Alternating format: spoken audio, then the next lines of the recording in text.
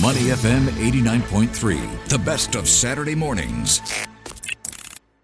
Wide World on Money FM 89.3. Welcome back to Saturday mornings here on Money FM 89.3. Glenn Van Zutphen with you. Climate is in focus at the moment for us.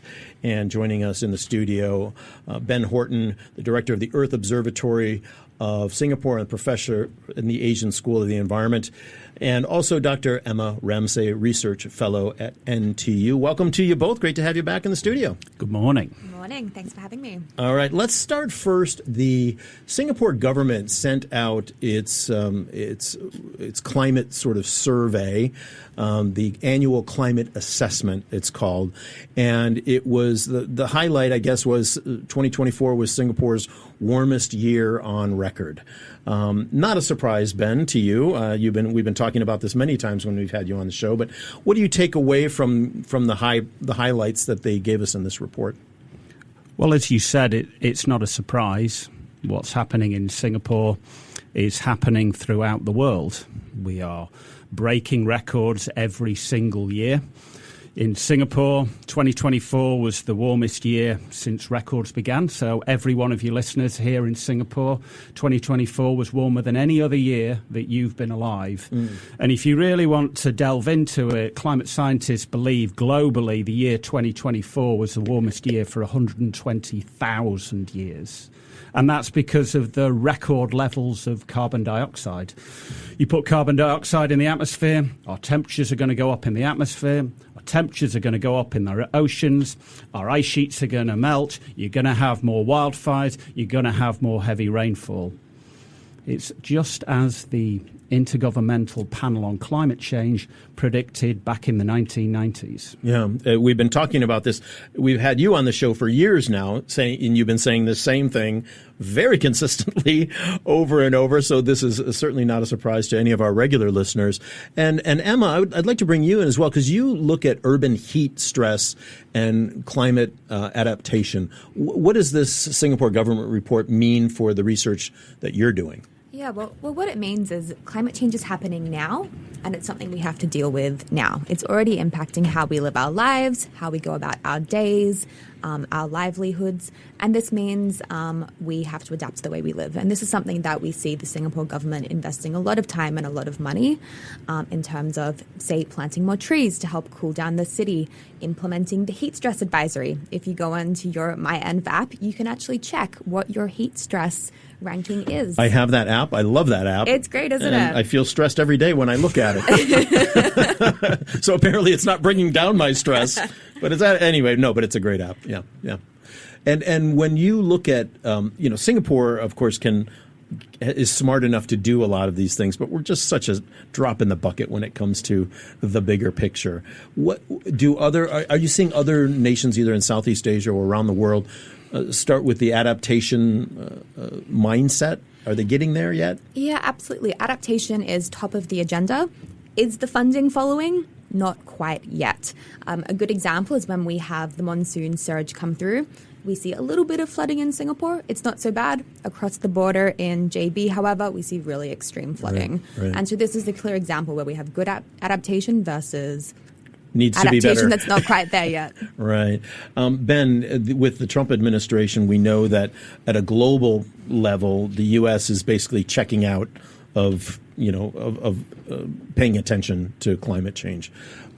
When you saw him pull out of Paris and things like that, what comes to mind for you in a broader sense of how the planet is looking at climate change right now and what we need to do? Where do you want me to start? Yeah, I know exactly where you're going to start. I think being a climate scientist is quite a difficult profession. Many of you listeners have difficult professions, but, I've dedicated 30 years of my life to trying to inform people about climate change and try to protect lives and livelihoods. And over the last couple of years, things have just got progressively worse. We keep on emitting greenhouse gases at record levels.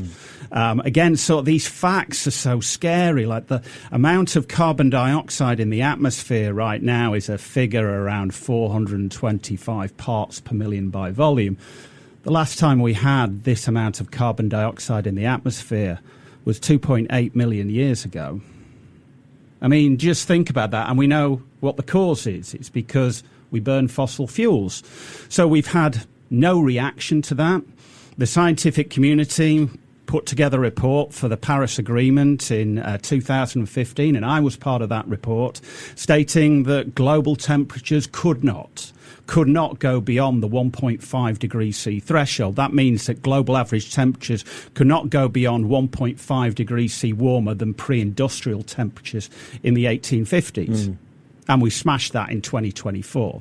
We've now had over a year of consecutive global average temperatures above that. What have we done about it? What have we done about crossing a threshold that scientists said you could not cross? Because you cause ecosystem collapse. You cause the Amazon to maybe become a savanna. 99% of corals become extinct. The West Antarctic ice sheet collapses 2 to 3 meters of sea level. Greenland collapses 7 meters of sea level. You slow down ocean circulation. All of those are now a probability. Every day we're rolling the dice. And what has been the response?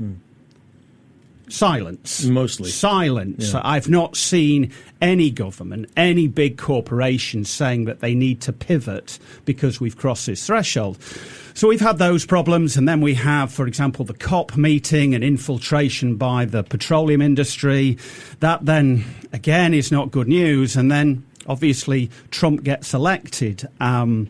We failed as a climate community in getting climate change on the ballot in the US election. Neither the Democrats or the Republicans, despite having very different responses to the climate problem, put it at the top of their agenda. And so when Trump was elected, yes, he pulled out of the Paris Agreement. The interesting thing about that is that when he signed his executive orders, pulling out of the Paris Agreement was in the top 3. Right. It wasn't something that he was in the top 3. And when he did it, he got big cheers in the room. And that is staggering for our inability to communicate climate, because people are cheering for the loss of lives and the loss of livelihoods. Why would you do that? And that's just, we just have been very ineffectual to appealing to people that climate change is not political. You know, when an iceberg melts, it doesn't care whether you're a Democrat or a Republican. It follows the laws of physics and melts. But we anticipated that Trump would pull out of the Paris Agreement. He did that the last time. It's just the further erosion of science that has really taken us back. Ben, is there a possibility, you know, we've seen on the geopolitical front, we've seen, Europe start to come together, in the wake of Trump sort of, backing out of Europe and backing out of civil discourse with Europeans, whether it's NATO or the EU. We're seeing them start to coalesce now in a different way. Same way in Asia, countries are talking to each other in a different way because they know they can't count on the U.S. Is there a possible silver lining to this storm cloud in that these other countries will just say, hey, look, we've got to come together and make our decisions on climate change. Forget the U.S. Let's just do it on our own. Is that possible that there could be a bright spot in this very dark picture? A very small bright spot. Yeah, because you need the U.S. involved, right? The U.S., since World War II, has contributed more to science than the rest of the world combined. Climate change, as a second word, it's called change. Yeah. So if the US is not collecting data, is not making data available, is not allowing scientists to work on the problem, well, you can say that maybe some of the other economic powers, the European Union, the emerging economies in India or China or the Middle East will step up to collect new data, collect new data sets, but it's called change. If you want to collect new data in 2025, you've got to compare it with old data sets to see how fast things are going. I find it incredibly worrying that the Trump administration has identified climate change as one of its key words, and therefore anybody working on this problem, they're going to have a threat to their jobs. And, you know, I know a lot of your listeners are from the United States. I lived there for 15 years. I know the implication of losing your job. Yeah. It's not because there's a very poor social net. You lose your health care. It's a really critical problem. And people in the federal government are just being got rid of, irrespective of their areas of expertise. Right. We're talking with Professor Ben Horton, Director of the Earth Observatory in Singapore at the Asian School of the Environment at NTU, and also Dr. Emma Ramsay, the Research Fellow at NTU. Emma, let's come back to you and talking about the collaborative research projects that you're working on to enhance climate resilience across Southeast Asia.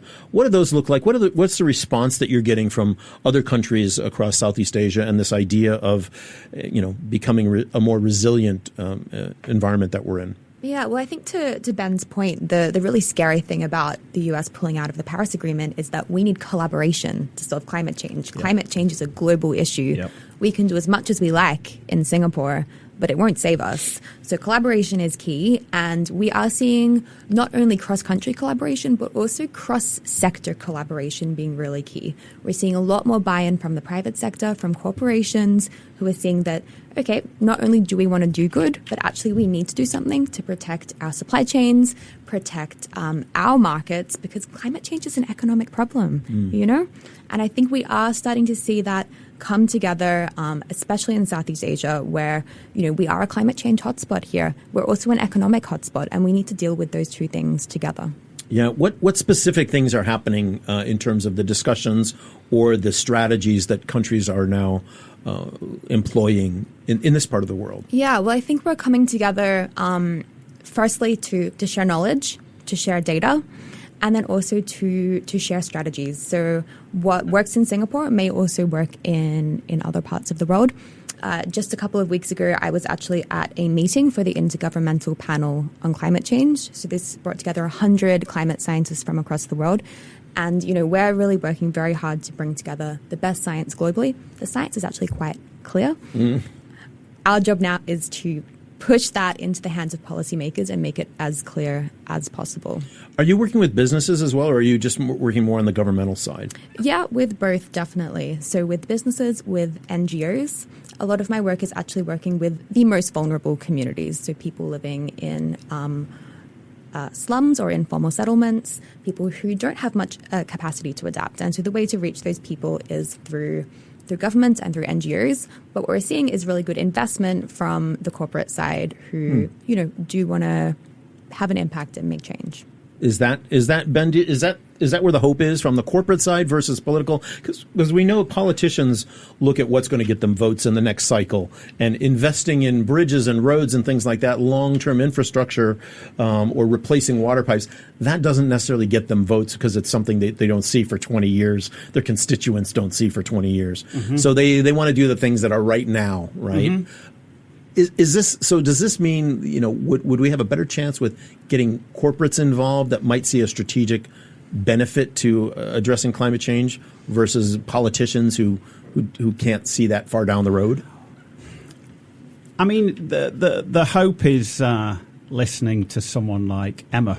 Young people are not going to give up. They've got incredible optimism. You get young people together, you can have amazing solutions. I think that the future of climate change right now is grassroots movements. So as an example, we've had problems with the COP meetings, but as a response, in Southeast Asia, there was the Alta COP, which was a series of local events in cities around Southeast Asia, trying to show what you could do at the local community level, what the individual could do, what the household can do, what the community can do, what the church group can do, what you can do to influence your businesses, and what you can do individually. And Singapore's got an election, what you can do with the power of your vote. Yeah. We need to get this at the top of the agenda. I've been in Singapore for 8 years, and it was very quickly aware to me that although Singapore hasn't in the past been influenced by extreme events, I think of all the developed nations on the planet, the developed nations, Singapore is the most susceptible to climate change. Yeah. It's an island nation.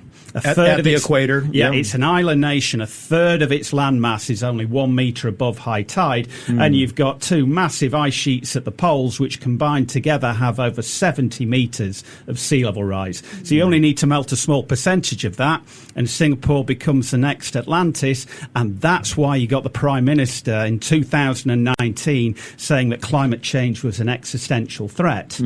We also know how hot Singapore is. Singapore, with its heat and its humidity, is right at the threshold of, human adaptation to these temperatures, which Emma talked about. So you only need to continue to emit greenhouse gases. These temperatures are going to go up, and you're going to have a high number of days that are just not livable.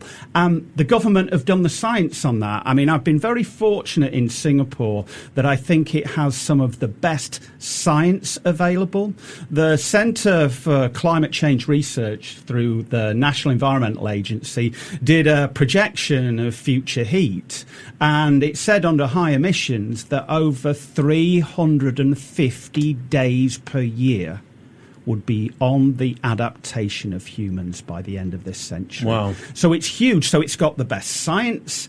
And now with Emma and other people, it's now looking at the adaptation, because I think Emma's statement right at the start is true. Climate change is here now. When I try and talk to governments or businesses, you have to adapt. There is no choice. And that's because carbon dioxide as a greenhouse gas stays in the atmosphere for at least 400 years. And then the response of our waters and our ice sheets is in the order of decades, centuries, thousands of years. So it's going to continue to get warmer. It's going to continue to get wetter. The sea levels are going to continue to rise.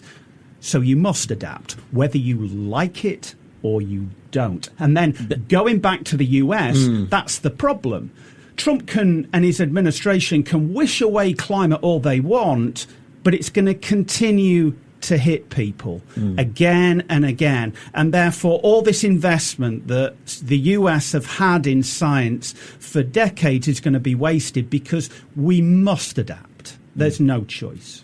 Ben, I don't want to, but we have to leave it there and get to the news at the top of the hour. Ben Horton and Emma Ramsay, thank you for being with us. Ben, you're going to be starting a new position at the Dean of the School of Energy and Environment at City University in Hong Kong in April. We would love to have you back on by phone when you're there and settled and hear more about that. We do that in April. Thank you. Yeah, very much. Thanks so much to both of you for being on. To listen to more great interviews, download our podcasts at audio.sg or download the audio app. That's AWEDIO, audio at the App Store and Google Play.